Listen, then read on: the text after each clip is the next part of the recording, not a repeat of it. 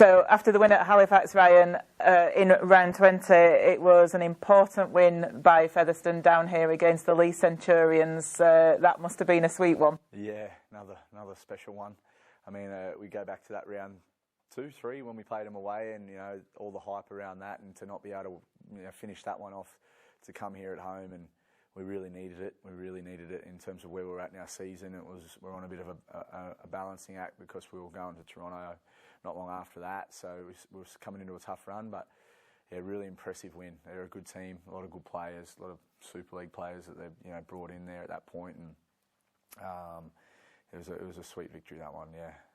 Do you feel like there was a lot of pressure on the Leigh coaching staff because they brought in all these players? Yeah. Look, right up to the back end there, I think it would have been tough. It would have been tough, Joe, to bring in. You bring in a lot of people with a lot of recruitment comes a lot of expectation, regardless of the scenario you're given it. But people only see what they see, and I think they sort of went through a little bit of what we went through in the early part. They did it in the back part, in terms of changing players, and I think they found out how hard it is to get that continuity and that getting everyone together there. So yeah, I think it would have been a challenging thing for their staff there. And then it was an away fixture to Toronto was in the pipeline then. So just tell us what your thoughts are about the fact that Toronto were in the championship this season. Yeah, it's a unique one. It's a cool thing to be able to go over and travel over to Toronto and let the boys experience a part of the world that they never would otherwise. And it's good it's a nice reward for them to be able to do that. But it's hard. It's hard on the bodies. It's hard on the recovery. You're an 7 to 8 hour flight over there, and over there's not too bad. You can sort of get in pretty quickly into the routine over there, and coming back though is where it picks you up, because you fly through the night and you lose a whole night. If you don't sleep on the plane, it's morning when you land in England, so you're back into the new day. So yeah, the jet lag sort of catches up with you probably the week or two after that. But I was really pleased in that particular fixture how we went over there, and we took a different looking team over again for a few different reasons, a couple of injuries, and a couple of boys couldn't travel that day, and we played really well. Played really well over there against a strong team, and yeah, we're probably unlucky not to get the result again against them. Yeah, got Dagger playing. Chisholm wasn't able to travel and just narrowly losing 22 points to 18. You must have been so proud of them. Yeah, I was. Kingy couldn't travel. We put Bussy to 9. Bussy got injured, which was a sad moment in our season there, and he got injured in the first 5. Connor Jones, first game, straight on a plane, straight over, and then straight over there, and he played what was most of the game at hooker, and he played really well for the boys. So yeah, I was proud of that team, because no one gave us anywhere near a chance of even getting close to them, let alone nearly beating them. So yeah, I was really happy for them. But it was sort of a moment, that game. We sort of sat in the dressing rooms, and after just losing, and it felt like we lost again. It was another one of those Toulouse away trips where we sat there, and I said to the boys, do you want another chance at playing these guys again, boys? Is this where we want? Do we want another crack? Because we were disappointed we didn't get the win. And they all said, yeah, we definitely want to have another crack. And I said, well, what we've got to do if we want another crack at these guys, we've got to make the final. So that was sort of what drove us. And funnily enough, we got back there, albeit, and yeah, it was a great experience. Just tell us a bit about Connor Jones then, because he came over at that point in July, and had you known about Connor before he came over here? I didn't know him personally. I'd spoken to him earlier in the season. His manager sort of floated him about over here because he's got a British passport, and I said, I gave him a call, and he said, he was sort of on a bit of a balance. He didn't know whether he wanted to keep pursuing the NRL dream, or whether he wanted to come over here and try his hand at the championship and potentially look for Super League. And he sort of said to me, look, I really want to push for an NRL spot this year. I want to see if I can make the NRL. And I said, well, mate, you got to do that. You got to exhaust all your avenues there, because once you're over here, you're definitely in the Super League mode and Championship mode. So yeah, he said he respectfully wanted to try and push it, and then halfway through the year, he got a call and said, no, I thought about it, and I want to have it come over and have a crack. So thankfully did, and he's been a great fit for he's a likeable character, is Jonesy. The boys love him, and he's enjoyed his time, and he's been great for us. It has quite vital as well with the injuries to Cameron King later on in the season. It was perhaps a good move that he came over here. Yeah, it was. We were fortunate because when you look back on it, we sort of played a lot of footy there in the back end, especially in those final series. So yeah, it was a fortunate, timely decision by him, and I'm glad that he made it.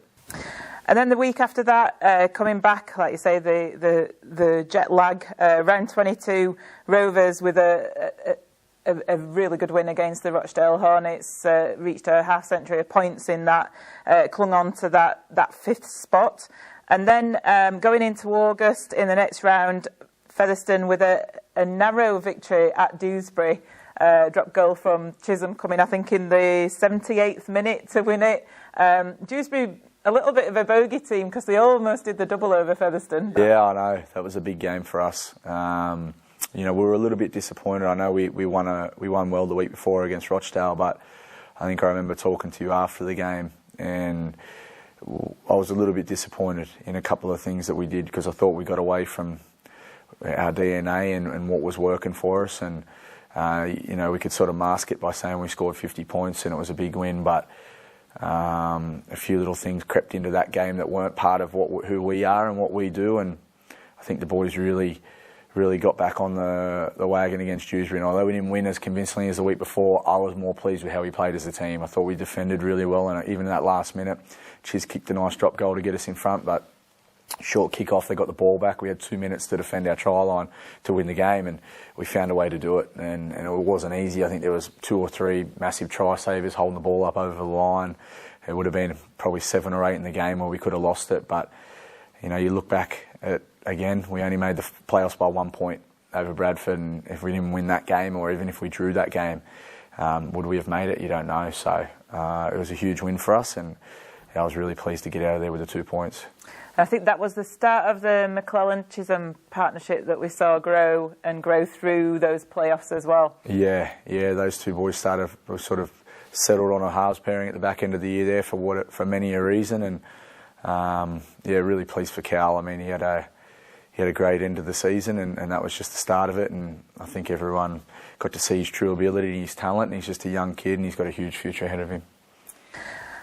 After that, Featherstone with another big win against Swinton Lions, who again, they were fighting for survival, so to beat them by 66 points to 16 was a good, lots of tries put on in that.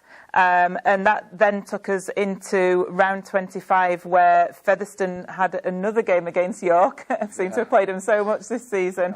And that just was a narrow loss, 22 points to 18. Yeah, that one hurt a little bit because I thought we were on a bit of a roll again then. We had a real good win against Swinton the week before, who were knocking off some good teams, and we went to York with a lot of confidence and a lot of belief, and we were in control of the game, I thought. And then she's got Simbin just before half time, and it had a massive impact on the game. Not only while he was off the field, they scored 2 quick tries and gave them the momentum back, but just after the second half, we just weren't quite ourselves after that moment. I thought we were a bit rattled by that sim binning, and we struggled to get our groove back in that game. And a lot of things that McClellan had a try. It was a blatant try that we scored, disallowed.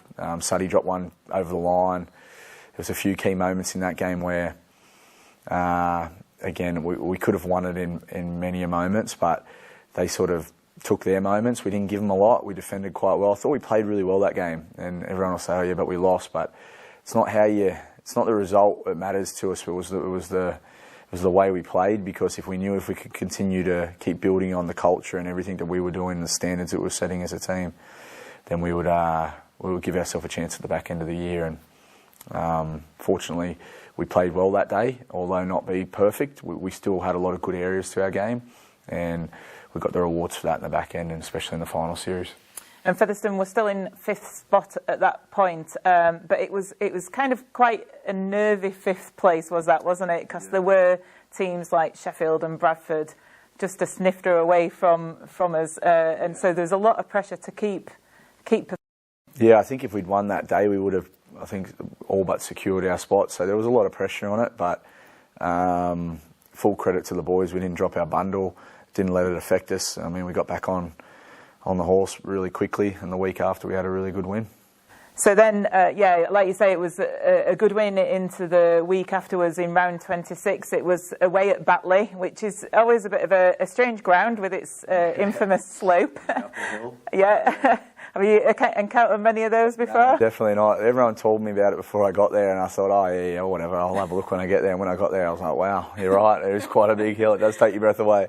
So, look, yeah, it's a unique place to go and play, and they're a tough team. They're a tough, gritty team, and especially at home, I know that they even took, a lot of the Toronto and Toulouse and all them teams to the wire there. So we were in for a big one, and it was a tough place to go and play, especially given the circumstances that they'd gone through in that week. And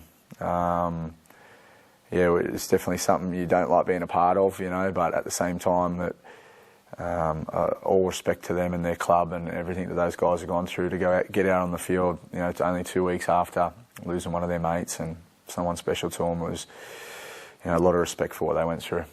Yeah, I know when I interviewed you after the game at the time, you said it was a strange game in that you got a job to do, but you didn't want to be disrespectful to that Batley team who, all credit to them, had gone out there, like you say, after losing one of their teammates. Yeah, it is. Look, it sort of makes you reflect on life and sport and what it means to you. And sport's there to bring people closer together. It's not the be-all and end-all. It's obviously, people come first and families come first. And, like I said then, our thoughts were always with the Bruce family and friends and the Batley Bulldogs club and players and staff, because it's times like that make you realise how important each other are, and it's not about the win or the loss and things like that. That's irrelevant. It's about the game bringing people closer together and being there to help each other, and that's what rugby league's about. It's a community sport, and we're there to look after each other and help each other. And we were there for them on that day, that's for sure.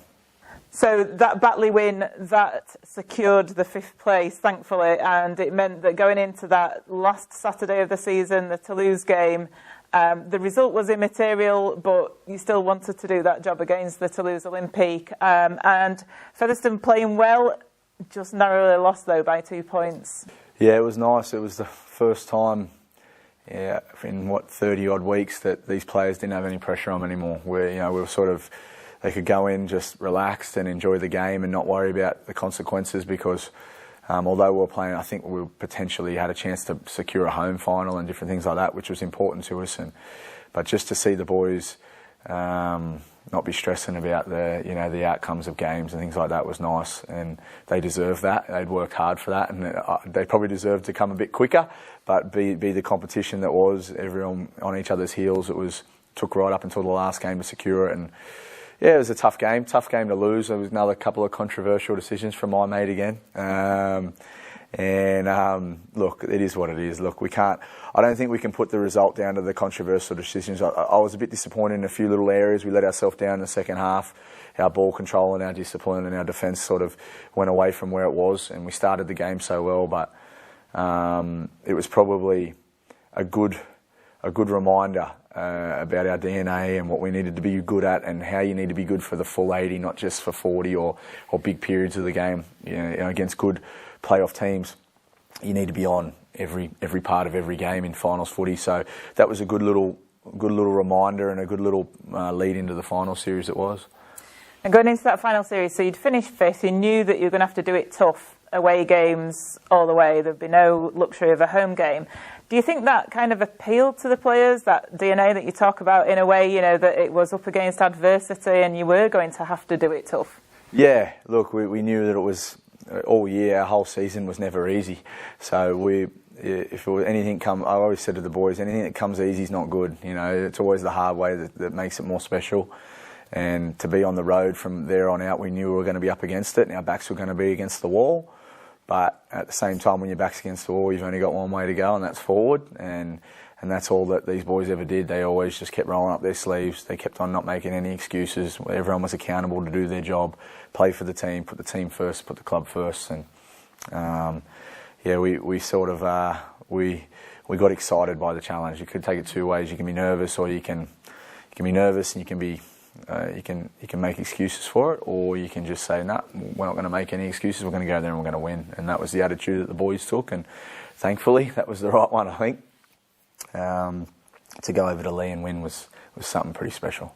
Yeah, and that Lee game, the first elimination playoff game at Lee, it was a very wet evening, wasn't it, in front of the Sky cameras. Let's have a look at what happened there. Last tackle's called and they're still within their 30. And the kick's charged down. It's anybody's. It's come in. It's Featherstone have got it. But they've got Connor Jones, it is. He's trying to get to his feet to play the ball. It should be a penalty as Walters goes. They're offside a Lee there. Still nothing coming from Gareth Ewer. It should have been a penalty and perhaps a sin bin in. None of them were back on the line then. None of them are on the line. And Featherstone now spinning it across. Ash Golding, he releases it. Featherstone looking to go in for a try. Yes, Featherstone going for a try with Alex Sutcliffe. Still a couple of tackles left in this set. McClelland. James Harrison. Harrison's through a gap. James Harrison's going for the line. What a try from James Harrison under the sticks. He danced through that Lee defence like a halfback. Davis, Chisholm, Brad Day's through a gap. Brad Day's just got the fullback to beat. Brad Day gets it to Sutcliffe. Sutcliffe's on the line for Featherstone Rovers. Featherstone with the third try with Alex Sutcliffe. Josh Woods puts the ball out the back to Brown. They're in space here. Junior Sow's going for the line. Sow's going to get over for Lee. They respond. They get their first points on the board from that Featherstone mistake from Brad Day. Hood into the middle. There's a bit of space here for them to go towards those posts. It's very close with Mitch Clark. He plays the ball inches out. Hood with a pass to Spencer. Spencer rolls. He gets the ball down for Lee. Lee back in it, right back in it, 8 points to 14. There as McClellan gets it to Cooper to Chisholm. Chisholm runs across the line, releases Sutcliffe. Sutcliffe's down that left-hand side. He's got Harrison. Harrison unable to evade the Lee defence this time, but Featherstone make it up to 12 metres away from that Lee line. It's great play from the Rovers. Chisholm to McClellan. McClellan shows it to Lockwood. There he goes, finds some space. Does McClellan's in for Featherstone Rovers under the sticks. And the Featherstone Rovers fans behind those posts go balmy. It comes to Woods on that left-hand side. He gets it to Thornley, out to Stephen Marsh. Marsh is going for the line. Marsh squeezes over. I think he's got the try. I can't believe he's scored that, Stephen Marsh. But he has. Chisholm brings it across. Does a little dummy, makes a little half break, gets it away to Josh Walters. Walters is looking for help. He's not going anywhere. Josh Walters is going himself. Walters is over the line for Featherstone Rovers. Josh Walters, what a try! Brilliant from him. For Brearley, who passes it to Marsh. Marsh taking it forward and he drops the ball. John Davis, what a chase. And Featherstone come up with the ball. They get it out to that left-hand side to Dane Chisholm. Nice. Dane Chisholm goes under those posts for Featherstone Rovers. And the Rovers fans go bonkers, as do we. Trying to sneak over. Hyam's back on the field, strapped up with his head. Coming across, it's Adamson. He's being chased by Golding. He's being chased by Josh Hardcastle. I think he's lost the line there. Featherstone Rovers go to York to Bootham Crescent. 3 o'clock kickoff next Saturday. Get there in your numbers, because this has been an immense performance from these Featherstone Rovers players tonight. 18 points to 34. They come out victors at the Lee Sports Village. Wow, what a performance that is. So yeah, what a performance it was. A wet Sunday evening in Lee. The conditions didn't detract away from Featherstone's performance, probably the performance of the year. Yeah, I think it was, Joe. Like, obviously everyone's well documented. Lee, spending big at that back end and going and bringing in a whole new team in the last 8 weeks, and a lot of quality players. But it was a pleasing moment for me for these boys just to really recognise their true potential as a team and show that doesn't matter if you've got superstars or whatever names you got. It requires a team to win big games, and when we definitely went there as a team and we won as a team, and it was a special moment and something that I'll remember for a long time, that's for sure. And yeah, it did sort of like put the spin on the playoffs that actually this team could get to this £1 million. I think for the Featherstone fans, it was at that point where they said, do you know, I think we could get to that £1 million. Dare we to dream? You know, it was that kind of thing. Yep. Yeah, it was a linchpin game that could have gone either way. And I think if we would have lost that game, people would have just said, oh, okay, yeah, look, Leave got a high-quality team. They've gone out and spent big and they're going on their run now. But to go to their place and win, which not many people go over there and win, it's big crowd, big atmosphere. We took a really vocal crowd too. So it was exciting. It was one of those games where you just think to yourself, like, you're so pleased for the players, and they deserve everything. The way they work so hard in that game, and people see the tries and see the little things, but to see the defensive efforts and the special moments that they made in that game was massive. I think we had one play the ball inside Lee's 10-metre zone in 80 minutes. So attacking their try line. So one play, we scored 34 points, but only had one play the ball attacking their try line, and they would have had 8, 9, 10 sets on our try line. So it just, when you look at the game as a whole, it just makes it even more special. It does, and I think that's a really good point to show the pressure that Featherstone were under, because Lee, it wasn't that they played badly at all, was it? It was, and I think that a lot of it depended upon the kick chase from Featherstone, because I think a lot of the time they were kicking from within the 30 or 40, weren't they, from those sets of 6, but the chasing pack was immense. Yeah, look, it takes a mentally tough team to not only withstand that pressure of getting, bashed out of your own end. They were coming off the line really fast, holding us in our own end, but then to kick the ball and think, oh, look, they did a good defensive set, the field position's going to flip. It takes a really strong-willed team to get down there and, everyone in the kick chase line. And I think a lot of people who watched that game, wherever they were or whatever team they supported, could all recognise what a high-quality game it was from both teams. And it makes it all the more impressive that Lee played really well and completed really well and didn't give us many opportunities. We hardly got a penalty. They hardly gave us an error. But every time that they gave us a sniff, we took it. And it was a proud moment, and it's one that definitely will stick in my memory for a long time. And Featherstone Rovers were being shown during those playoffs to a wider TV audience than just the RoversTV subscribers.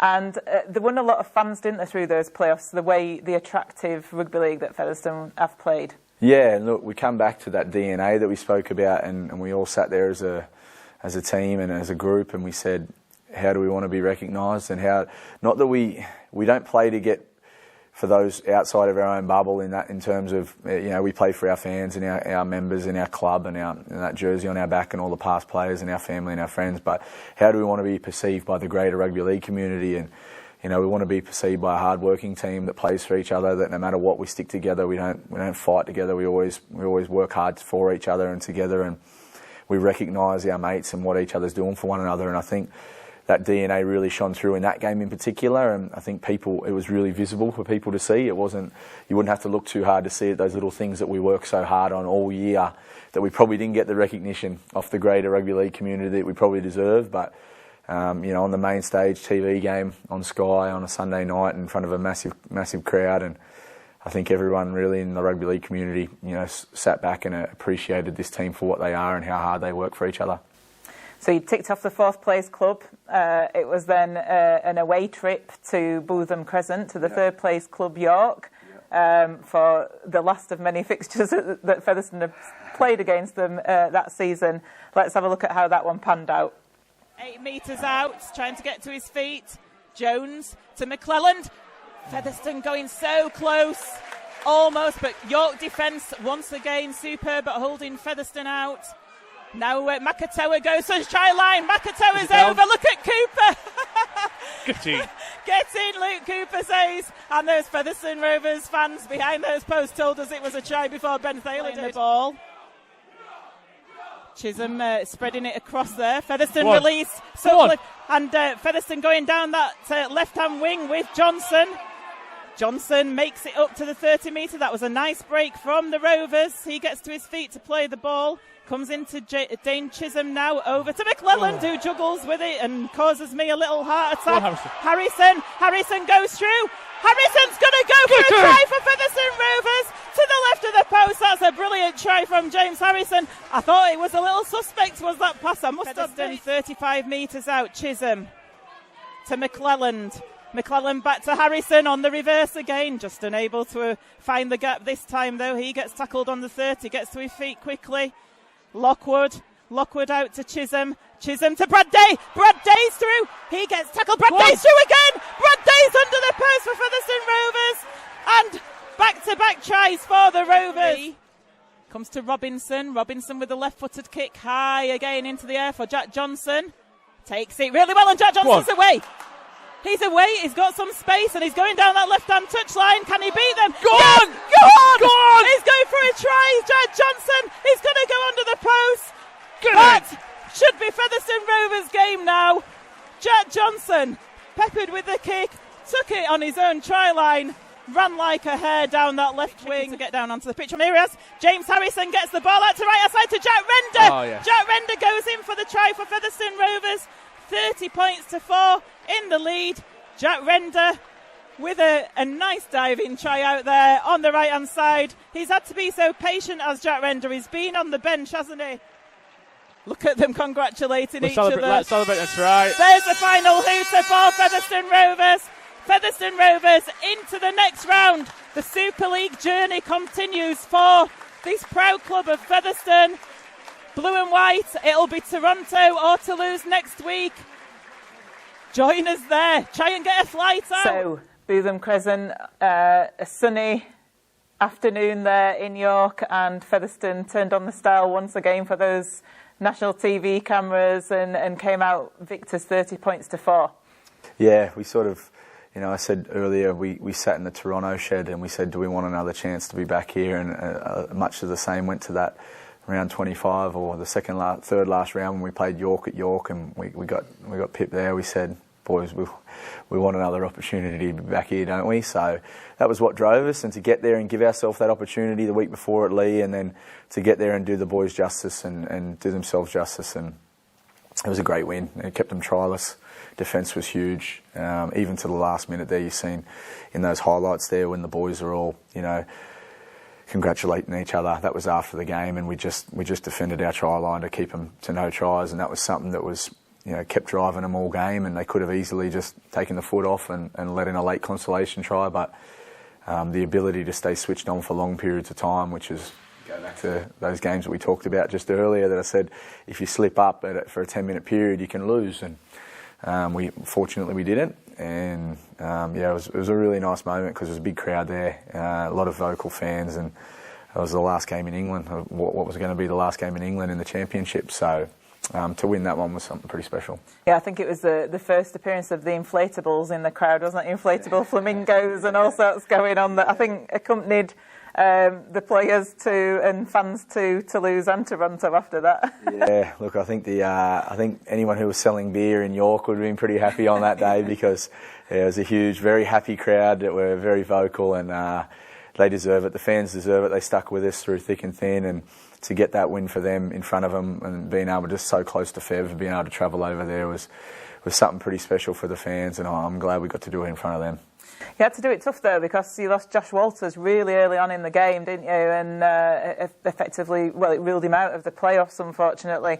But you had James Harrison come on off the bench, stepping in, and just a note about how he's grown this season as a player, Harrison. Yeah, look, we lost Waltz early there, and he's been such an influential player for us, so that was crushing to lose him so early in the game, albeit then for the rest of the year. But to have Iro, who we just, he's played front row, he's played back row, he's played centre, he's played near enough everywhere for us this year. And he slipped straight in there, and you wouldn't have known he played fantastic. He hadn't done any training there all week.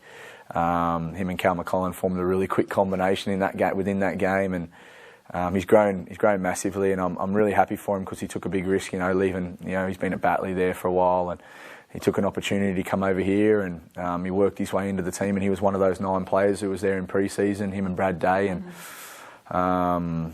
I was really happy for him to have a really good finals campaign on the back of what was a really strong season from him, and he's just getting better and better, Iro, and I think he's going to have a really good career ahead of him.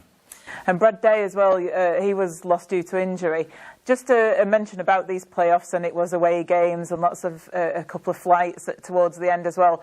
How important is the conditioning team here down at Featherstone Rovers to keep those players fit, healthy, and game ready. Yeah, look, Greg Stebbings does a fantastic job. I mean, you look at the small squad we've had, and if he wasn't as good as what he does at his job, then we wouldn't have been able to get these players through this year with 30 plus games of footy and never any more really than 19 to pick from every week, just the size of our squad. But the amount of work and the dedication that Greg puts into that playing group is second to none. And I'm really blessed to have had him here with me full time. And a lot of our success this year is down to him and everything that he does. Because, like you said, if they're not on the field and they're not as fit and strong as what they are, and I think if anyone has watched us would say our fitness has been probably a shining light for us. The ability we don't look tired or we don't get done late in games. We usually get stronger as the game goes on. And that League game, the York game, a couple of the Summer Bash game, it was all close games. And sort of our physicality and our conditioning really shone through at the back end there. So a lot of credit to our success to Greg, that's for sure. And at that point, after the York game, I think, as I said there, we didn't know if it was going to be a Toronto or a Toulouse away game in the following round. It's a little bit crazy, isn't it, when you think about it? Yeah, it is. It's crazy. We sort of come here on the Sunday night and we sat here in the club and had a dinner together and all the families come and we put the game up on the big screen and we watched it and we sort of sitting there thinking, where are we going? Yeah. So it was exciting, though. It's exciting. Yeah. It's something that makes the competition unique in what it is. So and eventually we ended up going to Toulouse. Yes, indeed. So flight out to Toulouse, to the south of France. A bit nicer weather than the previous visit to Toulouse. Let's see how that goes. Welland now, though, comes out to the left-hand side. Featherstone get tackled. Quick play the ball, though. It's the last tackle. Chisholm puts a little grubber through. And Featherstone score! Featherstone score with John Davis. He was like a whippet there. What a great try and what a start for Featherstone Rovers. Oh, I was just going to say, Chisholm into the Featherstone half. They take the tap about 35 metres away. Vaivai's the first one to take it in. He gets put to the floor by Davis and Lockwood. Bell is through. He gets the ball away, and it looks like Toulouse are going to answer and score here. James Bell it was who made that breakthrough, so Toulouse with a very... Now it comes out to Chisholm. Chisholm puts the kick through. I think it could be... Davis again! Davis gets the ball down again. It's like a carbon copy of the previous try. Play the ball. Jones waits to Davis. And now it's coming out to Ash Golding. Ash Golding's going for a try. Ash Golding gets over for Featherstone Rovers. Brilliant. 5 metres out. Once again, Ash Golding will get to his feet to play the ball. Jones to Chisholm. Chisholm to Harrison. Harrison gets over for Featherstone Rovers. Oh, is he? Brilliant try from James Harrison. He showed his height, stretched out. But he's literally on the try line as he plays the ball. Toulouse looking for it, and they're out on that right-hand side. And it's a good tackle that comes from Johnson, but I think that Mark got runners all over the place. The kick comes through, and it's taken by Dane Chisholm. Dane Chisholm's away. He's running down the field. Go on, Dane Chisholm! Go on, Dane Chisholm! Dane Chisholm's going to score for Featherstone Rovers! And that is exactly what was needed. The crowd are on the feet. We've seen him do it so many times.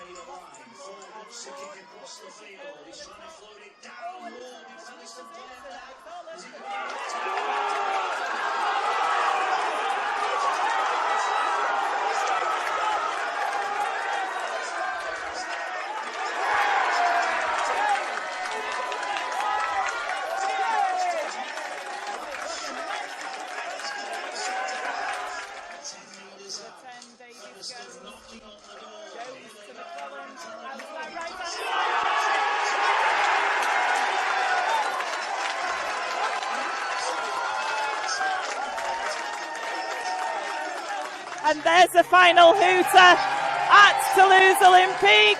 Look at the Featherstone Rovers players. It's absolutely amazing having been week in, week out with these players throughout the season on RoversTV. It's an absolute pleasure to commentate on the fact that they've got to the £1 million game in Toronto.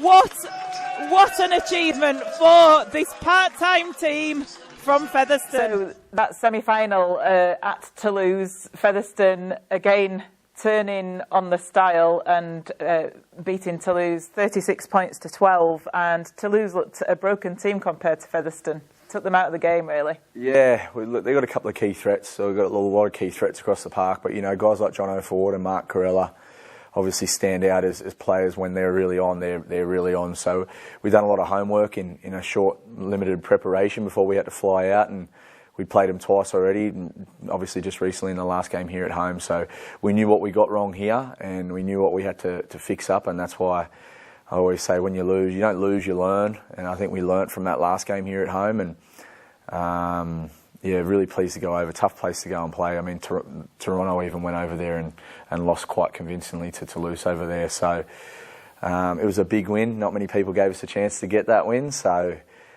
good for our belief and great for our confidence. And we always knew that we were a really good chance of winning the game if we put a full 80 together. And I thought it was a complete performance. That first try as well from John Davis, where Chisholm put the kick through, and it showed great speed, didn't he? And just got that ball down. Amazing try to kick things off with. Yeah, we sort of done a little bit of homework. Their in goals over there, for anyone who's been, are quite big. It's a rugby ground, so they'd be easily double the size here at Post Office Road. So we did a bit of prep here through the week, and we put some cones out and did some practice kick into those in goals, because it is a unique advantage that they usually are the ones who usually capitalise on it. So to pull their pants down with a few early kicks and get a few nice little tries there was pleasing.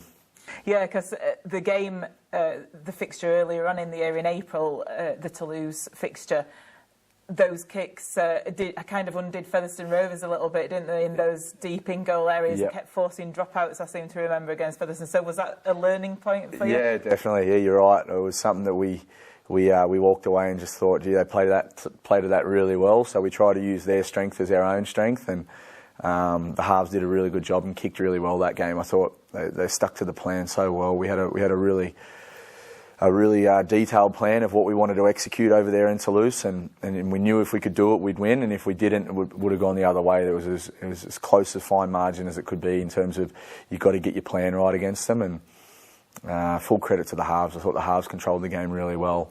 I thought the forwards just would have had any excuse in the world after two really tough away trips to just turn it up, but they didn't. They kept turning out for each other, and without Brad and without Waltz and without Kingy, three instrumental players for us who have been huge from our season, I thought everyone stepped up and did a really good job there. When you mentioned about the forwards, obviously James Lockwood, I think we ought to mention him during this season review. Captain of the team, is quite an unassuming character, isn't he? When I interview him, he's sort of like not a natural talker, let's say, but he must have a real effect as captain of the team. Yeah, look, Lockie's been absolutely, I wouldn't have been able to, we wouldn't have done what we did this year, and I wouldn't have been able to put into this team what I wanted to do in terms of the DNA and the culture and things without him by my side. He's the one who did it in actions and on the field, and his influence around the playing group is massive. I know people say, he's not a massive talker, but he leads with his actions. He talks a lot inside our own little bubble over there in the training centre, and he's such a great guy. I've loved working with him. I've been really, really blessed to have him as a captain, and without him, we definitely wouldn't have had the success that we had this year, that's for sure, because on a personal level, his rugby league's been great. He's had such a great season, but as a leader and he's driving that culture that we're trying to bring in, that me and him were trying to put together. It's just sort of worked hand in hand with each other, and without him, it wouldn't have been what it was.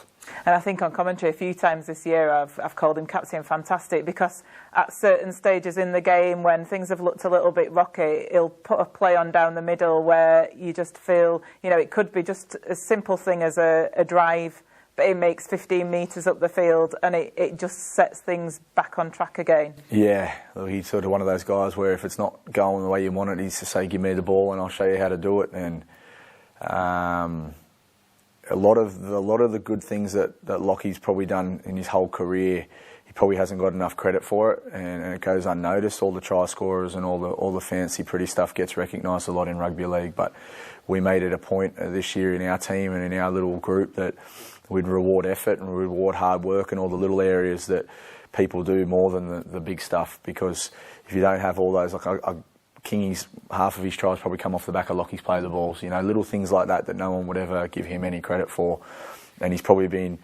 missed out on a lot of credit in his career, and I'm just happy that this year he got recognised for it, because he deserves it, and the credit couldn't be going to a better person. Yeah, fully deserved player of the season, James Lockwood.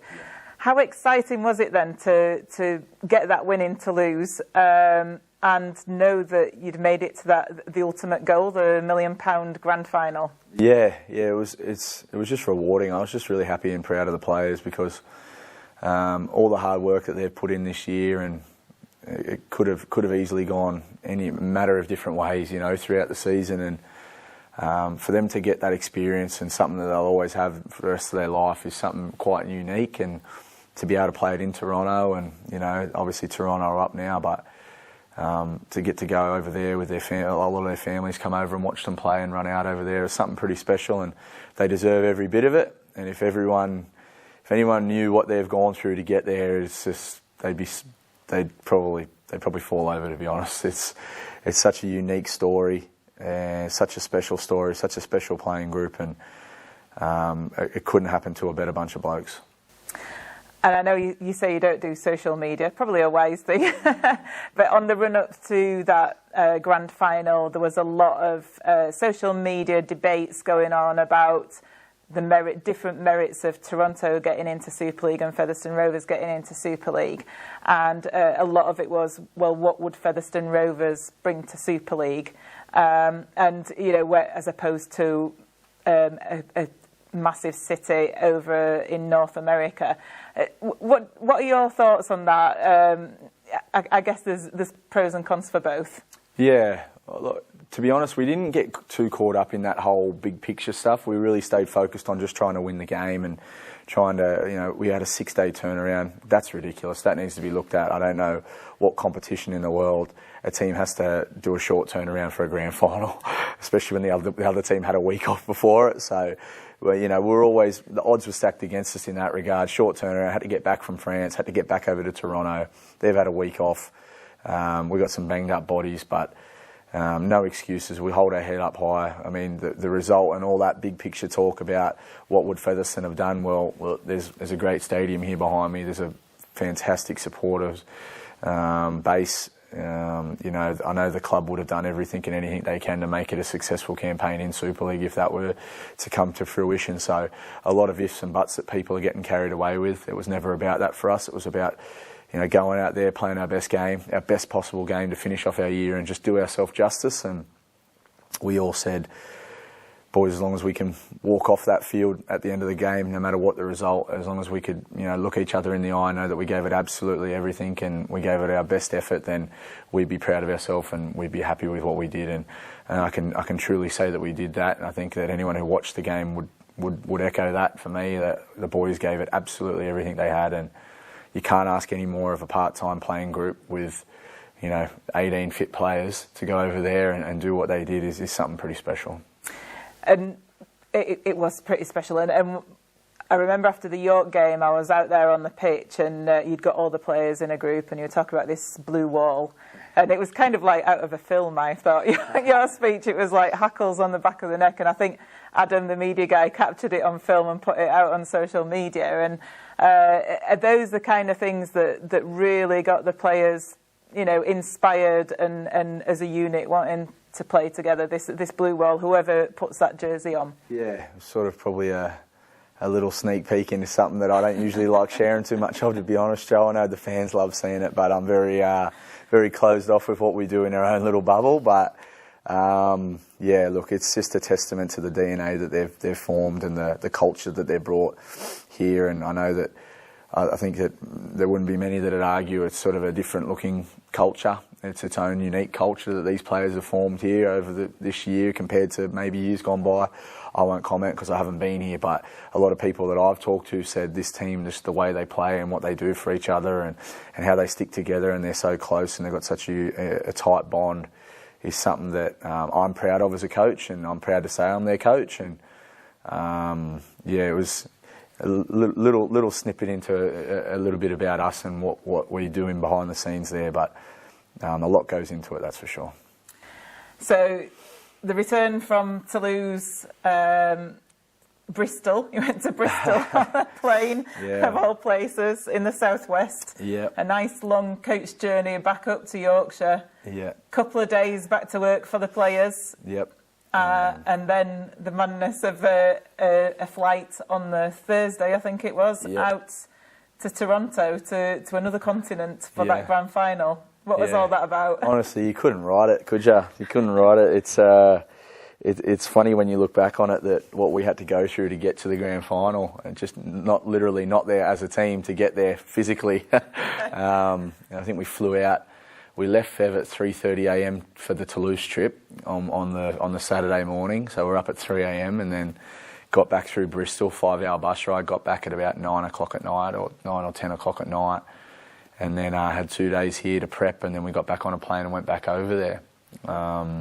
So limited prep. Tough opposition, a lot of miles, a lot of jet lag, and to watch those boys go out and be so competitive against the team over there who no one's got close to over there really, other than probably us in this season, is something that they should be really proud of, because it just goes to show you what sort of a team they are. There'd been fans frantically that week trying to get flights out to Toronto to watch that grand final. It's the first opportunity Featherstone had to get a Super League place since 1998. So some fans had never even seen a game like that. So you can understand why they'd want to go out there. Yeah. Silly money for tickets, up to £1,000 for the flights and 2 nights of accommodation. People doing strange things of going to Iceland, having a stopover and trying to get over there. Got a hurricane in the Atlantic to deal with. So some fans didn't get out there, unfortunately. Those that did, though, must have been a great occasion to have the fans there alongside watching the players. Yeah, it was massive. I mean, we had one little bay there of fans compared to 9,000, and our fans were still louder, still better, still going strong. And I think they would have been really proud of what the players put out there on the field. I think that no one can deny how hard they tried and all the effort that went into that. And a few unlucky calls and different things like that, bounce the ball goes your way, and it could have been a different result, but it wasn't meant to be. But at the same time, like I said, not many teams have gone over there, or no one went over there and won this year, put it that way. So we were the closest to them all year. We were their toughest competition, and we made a really good game of it, and I'm really proud of what the players did out there. Do you think the scoreline flattered Toronto somewhat? Yeah, I think it did. I thought we probably went away from our game plan at the back end of the game, probably trying to just make something up to chase it. And I think if we really look back on it and tried to keep it as close as we could have kept it a bit closer. But I think a few people probably trying to make a few plays that they wouldn't normally make, and a couple of bad penalties that went against us that just turned the game, and that's what can happen. And look, it probably didn't reflect the competitiveness of it. Or what was it, 6-4 at our way at 55th minute, and then a penalty when Jack Bussey had the ball. It was ridiculous. It was a 7-tackle set. It was tackle 3. We were just about to go into attacking their try line, and he found a way to give them a penalty, which flipped the whole field position. They got the ball and scored. So, moments like that do cost you games, and I don't want to talk about it too much because it'll get me wound up and probably get me a fine. I've had enough trouble with that this year, so I won't go into that one, Joe. Do you feel as if it had been on neutral territory, maybe in this country, and there wouldn't have been all that travelling around, that Featherstone possibly could have turned Toronto over, having been so close this season? Yeah, definitely. I think if you asked Toronto to do what we did, I reckon that it definitely would have been. I mean, no one had to do what we did in terms of all the travel of away, whether it be Leon, a big bus ride over to Lancashire, or going to Toulouse, on leaving at 3 a.m. in the morning. Let alone these players going to work every week. They're all full-time. They're full-time. They spend over I don't know. I wouldn't even want to know how much money they spend on their team. So, if you could make them come over here and do what we did, it would have been tougher on them for sure. But they earned it. They were they come first. They were the league leaders, so they earned their home final. So I'm not gonna make any excuses about that. They were fresh, and it probably showed in that last 20 minutes. They're sort of fresher bodies sort of to come through at the top, and we picked up a few injuries along the way in that game too. So look, you can say a heap of would-haves, could-haves, or should-haves, but at the end of the day, we had no right to be there. We had no right to be in that game at all, and to get there is something that is a huge achievement that this town and this club should be really proud of. And I think that is the case, isn't it? It shouldn't be that, oh, let's have a look at the last game of the season. I think over the whole season, that journey that we've just described in this review, it's remarkable. Yeah, it's crazy. It's crazy to think. It's a great story. It's a cool story. It's something that I'm very blessed to have been a part of, and fortunate to have such a great playing group. That I've enjoyed the experience. We've had a lot of highs, a lot of lows, but to get better and better and better is just a testament to the players and my staff and all the hard work that goes into it.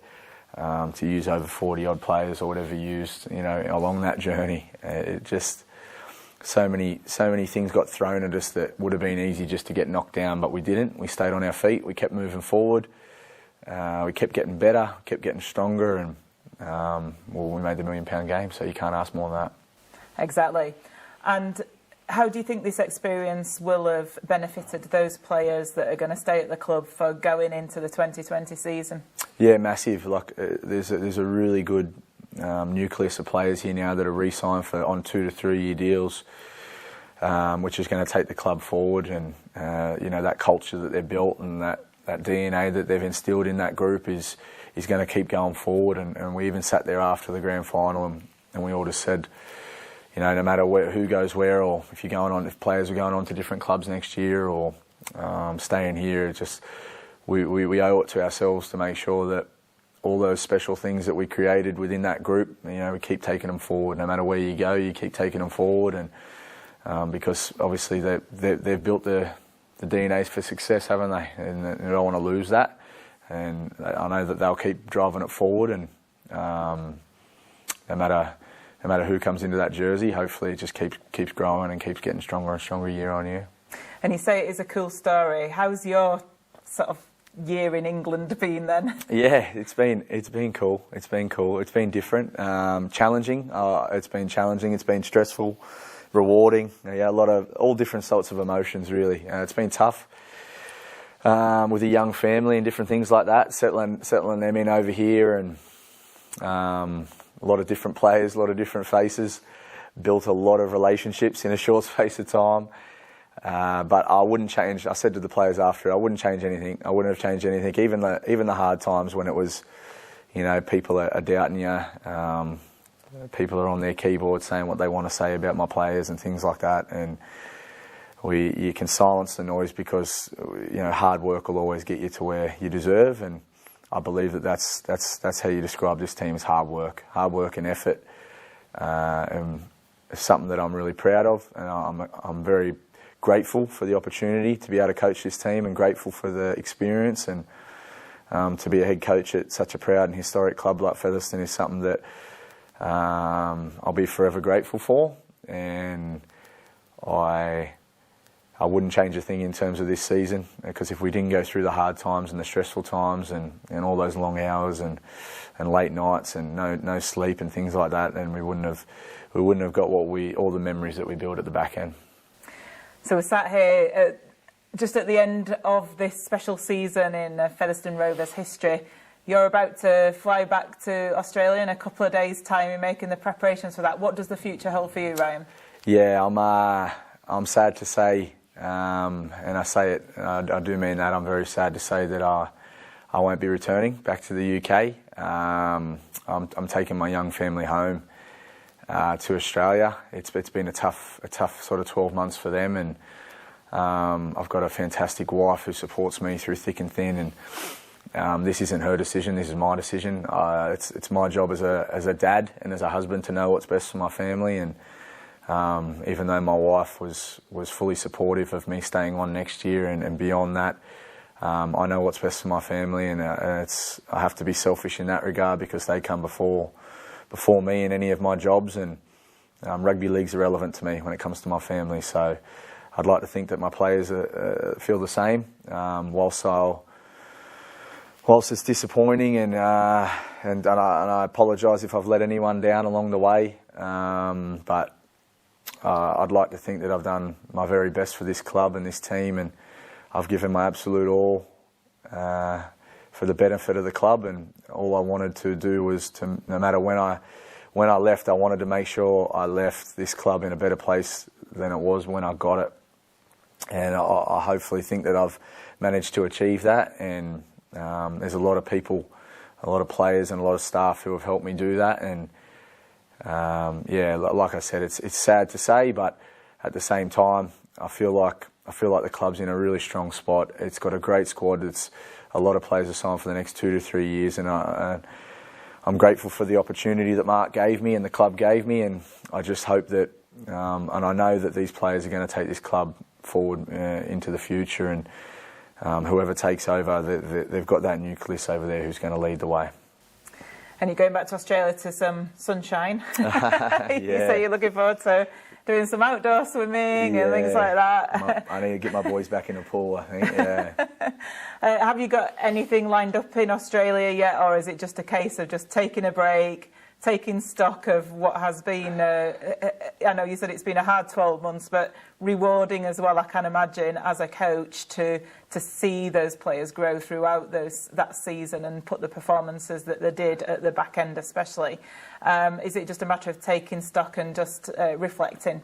Yeah, there's been a lot of reflecting being done because, I love those players. They know that. They know how much I love them and how much I care for them and how important they are to me. And if it were in my backyard, I could coach them, forever. But these things happen in rugby league, and players come and go, and so do staff. But I'll move home to Australia, and I've picked up a job back there with an NRL club. So, but that wasn't the basis of my decision. The basis of my decision was based before I had any job. It was more based around my family. I sort of knew a few months ago that it was, as a father and as a husband, I needed to do what's best for them. And for me, that was taking a job back home. And I wish the club all the very best and all the success in the world. And I'll be obviously watching as a fan and as a lifelong member now. And I'll be looking forward to seeing the boys go on to bigger and better things past when I'm gone. And I'm sure the club's in great hands already. And these players and the staff down, the backroom staff that care about this joint, and I care about it. And that was why I wanted to, step aside and move back home, because I feel like there's a window coming up at this team, and this team in particular, a 2 to 3 year window. A lot of people have just signed 2-year deals, and it's only fair that someone takes them through that journey and that, and sees it out and does through what I went through in terms of a rebuild. And I truly I truly want all the success in the world for this club and these fans that they hold a special place in my heart and forever will. I think everyone watching this will probably join me in sort of like saying thank you to you, Ryan Carr, because just being a coach, coming in, helping that rebuild, supporting it, and helping a team out there to provide such entertainment. It's probably one of the best seasons I've watched, that I've been watching a long time, 30 years. Featherstone Rovers put on the entertainment that we've had week in, week out. Thank you very much, Ryan Carr. No worries, thank you. So 2019 has indeed been a memorable season for Featherstone Rovers. Lots more excitement to come in 2020, I'm sure. Join us with RoversTV for it.